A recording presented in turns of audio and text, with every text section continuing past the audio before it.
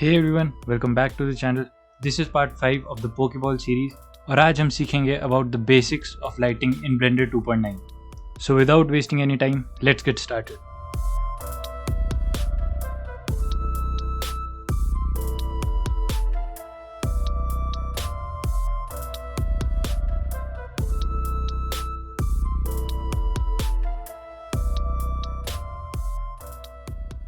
तो पिछली वीडियोस में हम बात कर चुके हैं about texturing, modifiers, modelling the Poké Ball और आज हम सीखेंगे कि अपने सीन में लाइटिंग कैसे डाली जाए।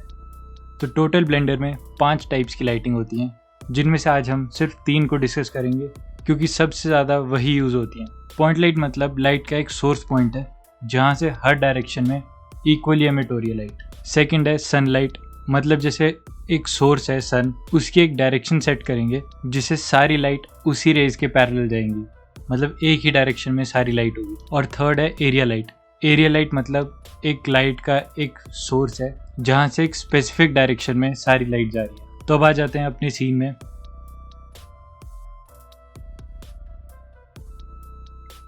और पिछली बार पोकेबॉल को टेक्सचर करके ये कुछ ऐसी दिख रही थी। अगर हम रेंडर्ड व्यू में जाएं तो उसमें हमें ऐसा दिख रहा है, और ये इसलिए दिख रहा है क्योंकि हमने इसमें लाइटिंग शो नहीं करी है। और जितना ये हमें पार्ट दिख रहा है ये इसलिए दिख रहा है क्योंकि बाय डिफॉल्ट ब्लेंडर में एक एनवायरनमेंट लाइट होती है जो हर जगह से एक equal amount of light produce करता है। तो पहले तो हम उसको ऑफ कर देंगे क्योंकि हमें उसकी जरूरत नहीं है, हम अपनी लाइट्स डाल। तो पहले इस वर्ल्ड एडिटर पे गए, क्लिक किया और यहाँ पे जो कलर है वो दिया हुआ है हमें लाइट ग्रे।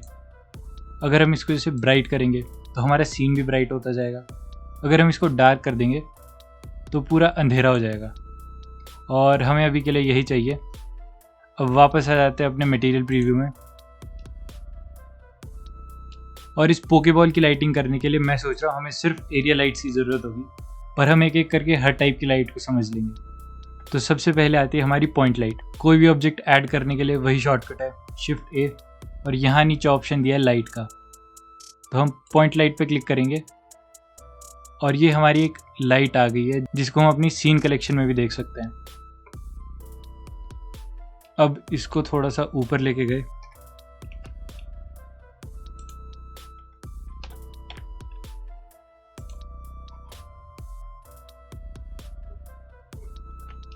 और हमारी जितनी भी लाइट की प्रॉपर्टीज हैं, जो भी हमने चेंज करना है वो यहाँ पे होंगी लाइट में। और ये हर ऑब्जेक्ट के लिए अलग अलग होता है। जैसे कि हमारे पोकेबॉल के लिए हमारे पास मटेरियल्स आ गए थे, तो लाइट के लिए हमारे पास लाइट की प्रॉपर्टीज हैं। अब इसमें इसका कलर, पावर और स्पेक्युलर वैल्यू, ये 3 चीज़ें मेन दी हुई हैं। साथ में इसका रेडियस भी है। रेडियस मतलब लाइट का साइज़ कितना बड़ा है। जैसे हमें लाइट सोर्स के अराउंड ये सर्कल दिख रहा है ना, तो अगर हम इसको बढ़ा देंगे तो ये बड़ा हो जाएगा, और अगर इसको कम करेंगे तो ये छोटा हो जाएगा। 0.25 पे ही रखते हैं। और अब अगर हम अपने रेंडर व्यू में जाएंगे तो हल्की सी लाइट हमें यहाँ शो हो रही है। अब अगर इसकी पावर को बढ़ाएंगे, क्योंकि 10 वॉट्स की बहुत कम होती है, इसको किया 50, तो हमारी ये पोकेबॉल थोड़ी सी ब्राइट दिख रही है। और दूसरी बात ये है कि हमें इसके नीचे कोई शैडो नहीं दिख रही है, पूरा ही ब्लैक दिख रहा है। वो इसलिए क्योंकि शैडो बनते हैं किसी सरफेस पे। जब लाइट आ रही है, ये ऑब्जेक्ट उसको ब्लॉक कर रहा है, तो नीचे शैडो बनेगी जो भी सरफेस होगा। तो वापस आते हैं मटेरियल प्रीव्यू में, और हम इसके नीचे ऐड कर देंगे एक प्लेन। शिफ्ट ए, प्लेन,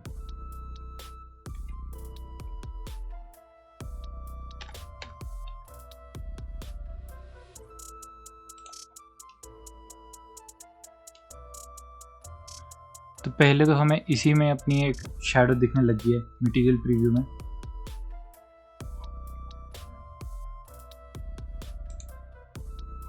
और ये आ गया हमारी असली शैडो।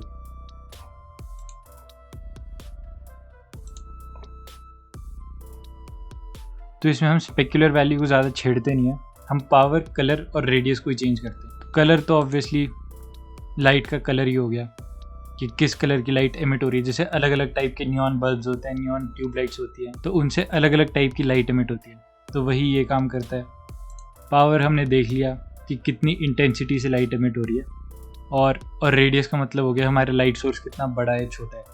अब जितना बड़ा लाइट सोर्स होगा उतनी ही सॉफ्ट शेडो आएगी। मतलब तुमने भी देखा होगा जब तुम्हारे आसपास कोई बहुत बड़ी लाइट होती है, जैसे स्ट्रीट लाइट होगी कुछ होगी, उसकी शेडो काफ़ी सॉफ्ट होती है, मतलब उसके हार्ड एजेस नहीं होते। और जितना रेडियस छोटा होगा उतने ही हार्ड एजेस होंगे, क्योंकि छोटी सी लाइट में उतनी ही इंटेंसिटी की लाइट अगर रिलीज होगी तो शेडो में काफ़ी हार्ड एजेस प्रोड्यूस होंगे।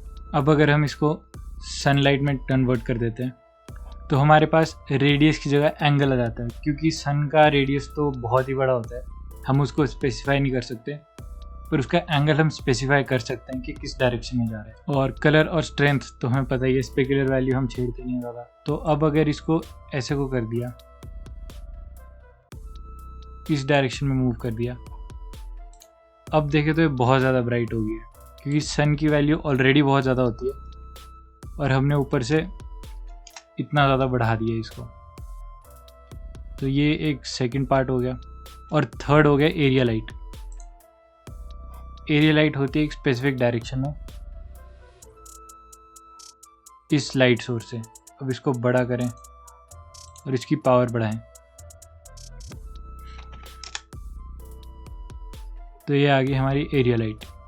इसको हम अलग अलग शेप्स में स्पेसिफाई कर सकते हैं।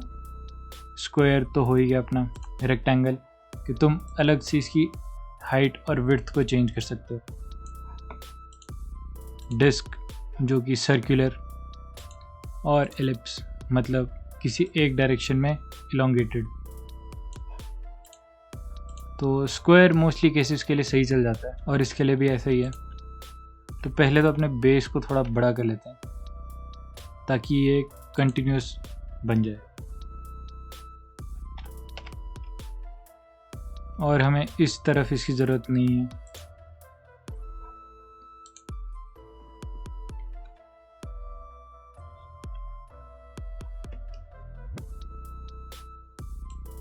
इसको ठीक कर दिया थोड़ा सा। अब मेनली स्टूडियो सेटिंग्स में ये होता है कि हमारे पास 3 लाइट्स का हम यूज़ करते हैं। एक होती है हमारी मेन लाइट और 2 होती हैं साइड लाइट्स, जो कि साइड्स की शैडोज़ को कवर करने के लिए होता है, ताकि एक अच्छे से ब्राइटनेस आए ऑब्जेक्ट पे, किसी भी तरफ ज़्यादा शैडो ना लगे। तो हम इसको कॉपी करके 2 और बना देंगे। शिफ्ट डी लॉन्ग वाई,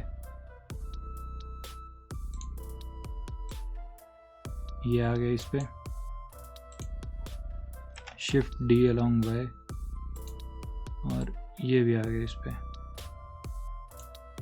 पर इनको क्रिएट करने का रीज़न ये होता है कि इन तीनों की इंटेंसिटी फिर अलग अलग हो जाएगी। अगर हम इसकी रखें 75, ये हो जाएगा 50, और इसकी कर देंगे हम 25। और अब देखें तो पोकेबॉल पे काफ़ी अच्छे से लाइट आ रही है।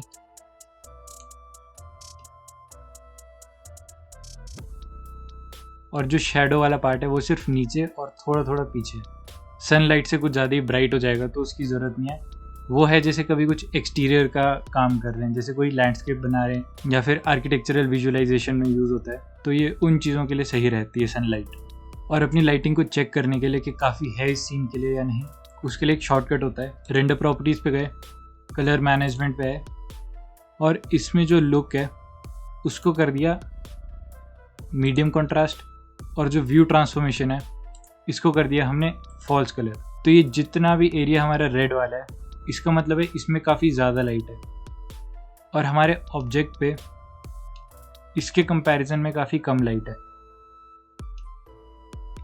ब्लैक पार्ट जैसा हमें दिख रहा है ये पर्पल है, तो ये तो मतलब डार्क ही है ऑब्वियसली, पर मोस्टली ऐसा होना चाहिए येलो ग्रीन वाले एरिया में ही रहे हमारा object.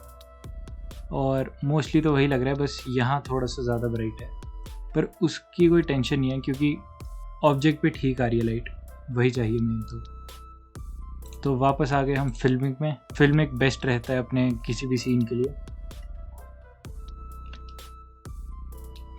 And that was it for the lighting part. काफ़ी छोटी वीडियो बनी है, बट कोई बात नहीं है, अब इतना ही है तो क्या करें। तो अगर इस वीडियो से तुम्हें कुछ सीखने को मिला तो लाइक दिस वीडियो। अगर तुम्हारे किसी दोस्त को इसकी ज़रूरत है तो उसके साथ शेयर करो। अगर चाहते हो मैं ऐसी वीडियोज़ और बनाऊँ, सब्सक्राइब टू द चैनल। और अगले ट्यूटोरियल्स किस टॉपिक पे, किस सॉफ्टवेयर पे चाहते हो वो कमेंट करो। And till then, goodbye, see you in the next video and keep creating.